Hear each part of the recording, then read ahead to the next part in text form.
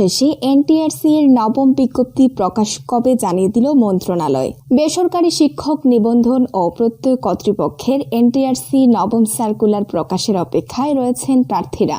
কবে নাগাদ এই বিজ্ঞপ্তি প্রকাশ হবে তা অনেকেই জানতে চাচ্ছেন। মঙ্গলবার 18 আগস্ট শিক্ষা মন্ত্রণালয়ে এ সংক্রান্ত আলোচনা হয়েছে।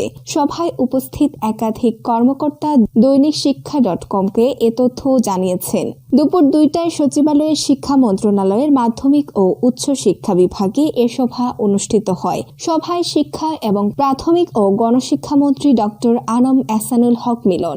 কর্মকর্তারা জানান, বিজ্ঞপ্তি প্রকাশের আগে দ্রুততম সময়ের মধ্যে সভা আহ্বান করা হবে। এরপর সংশ্লিষ্ট ফাইল উপস্থাপন এবং প্রয়োজনীয় সিদ্ধান্ত নেওয়ার উদ্যোগ হবে। সভায় বিষয়টি নিয়ে আলোচনা শেষে ফাইল শিক্ষা মন্ত্রণালয়ের পাঠানো হতে পারে। তবে সেক্ষেত্রে অন্যান্য কার্যক্রম শেষ করতে হবে। কার্যক্রম শেষে মন্ত্রণালয় অনুমোদন দেওয়ার পর দ্রুততম সময়ের মধ্যে শিক্ষক নিবন্ধনের সার্কুলার প্রকাশিত হবে। সভায় উপস্থিত কর্মকর্তারা দৈনিক শিক্ষা.কমকে আরও জানান, প্রতিষ্ঠান প্রধান নিয়োগের ভাইবা 15 দিনের মধ্যে শুরু করার আলোচনা হয়। সংশ্লিষ্ট কর্তৃপক্ষকে নির্ধারিত সময়ের মধ্যে ভাইবা আয়োজনের প্রয়োজনীয় প্রস্তুতি সম্পন্ন।